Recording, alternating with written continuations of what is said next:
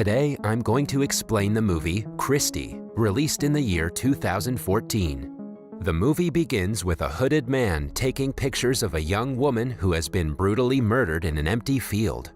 A media report reveals that the young woman is a 21-year-old student named Heather Price that went missing 3 days ago after leaving a friend's house in Mills Fall. A video montage then shows internet screenshots and videos of women being killed in ritual murders by a cyber cult. The cult encourages its members to kill Kristy, a name of Latin origin that means follower of God. They believe that if you kill Kristy, you kill God. Afterwards, the footage of the murders is uploaded on an anonymous underground website. The movie then cuts to a college student named Justine Wills, who is attending a private university in the northeastern United States. She is reading poetry to her boyfriend Aaron in her dorm room, which she shares with fellow student Nicole. She's on financial aid, so she always has to study hard to keep her grades high to keep her academic scholarship. It's Thanksgiving week and most students are flying back home. However, Justine has decided to stay back to study for her upcoming tests and to save money by not flying during the holidays. She asks Aaron to stay with her, but he says he has to go back home due to his overbearing family. As a result, Justine is left alone to spend the holiday on a nearly empty college campus with her roommate Nicole, security guard Wayne, front gate worker Dave, and groundskeeper Scott. Later that evening, Nicole reveals that her father has surprised her family with a trip and she has to go. Seeing Justine upset, Nicole invites Justine to join her, but the latter declines the offer. However, Nicole convinces Justine to keep her BMW for the weekend. On Thanksgiving Day, Justine spends her day swimming and studying in the library. By evening, she gets bored, so she decides to take Nicole's BMW for a spin. After informing Wayne and front gate worker Dave, she drives to a nearby convenience store. On her way there, she listens to the news about Heather Price on the radio. At the store, she meets a creepy-looking hooded girl with lip piercings. She is Violet, and she compliments Nicole's BMW. She creepily tries to touch Justine's face while complimenting her, but the latter ducks and goes to the counter to pay for her goods. Violet follows her to the counter and asks the cashier for a student discount on a pair of sunglasses. However, she fails to produce a student ID and the cashier declines the request. This agitates her, and to defuse the situation, Justine offers to pay for the sunglasses. But Violet rudely tells her that she doesn't want anything from her. Taken aback, Justine says out loud that it's the shit she gets for trying to help someone out. Violet slams the money on the counter and says that Justine doesn't know what shit is, addressing her as Kristy for some reason. Justine is weirded out by the experience and she heads back to her home. On her way there, she has a brief encounter with the deranged woman. After returning back to the dorm, she talks to Aaron to calm herself down. He feels guilty for leaving her alone when he learns that Nicole left her to meet her family. Aaron offers to return and keep her company. Justine tries to convince him against it, but he refuses to leave her alone and leaves for the campus. Justine falls asleep talking to Aaron in the TV room. When she wakes up, she finds the dorm eerily silent. She ventures out into the hall, calling out for Wayne. However, she fails to find him and ends up getting frightened by the lightning outside and the defective dorm lights. Justine suddenly hears loud screaming noises coming from her room. It turns out to be her laptop streaming a creepy video. The laptop suddenly disconnects from the internet and she notices Wayne outside.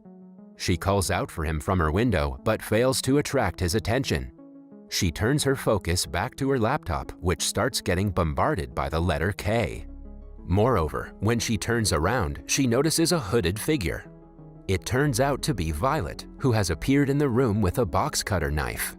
Violet again calls her Kristy and gives her a creepy compliment about her room and boyfriend. Violet further notes that Justine has got it all before smashing her photo frame on the ground in anger. Scared, Justine flees. She tries to run out, but she finds herself locked in the dorm. She heads for the secondary exit, but she notices a masked man approaching her. Left with no choice, she hides behind the reception counter and tries to contact the police. However, the power goes out and she starts hearing scary thudding noises. After a moment of brief silence, she notices Wayne outside the main door, trying to gain entry into the dorm. Justine tries to help him in, but the masked man appears behind Wayne and murders him in front of her. Another masked man then appears inside the dorm and carves a large K on the wall. Scared, Justine tries to flee, but Violet appears and blocks her path. Violet tells her that the hunt has begun and asks her to run to God before releasing her. Scared, Justine runs for her life, but at the end of the hallway, she comes across another masked man. Trapped, she locks herself in her room. However, the masked assailants try to force their way into the room, so she escapes through the window. Outside, she finds Nicole's BMW vandalized. The 4 cult killers, which includes Violet and 3 other men wearing blue, black, and gray hoodies, start chasing her, and she is forced to hide in the college canteen. The killers follow her into the canteen and start frantically looking for her.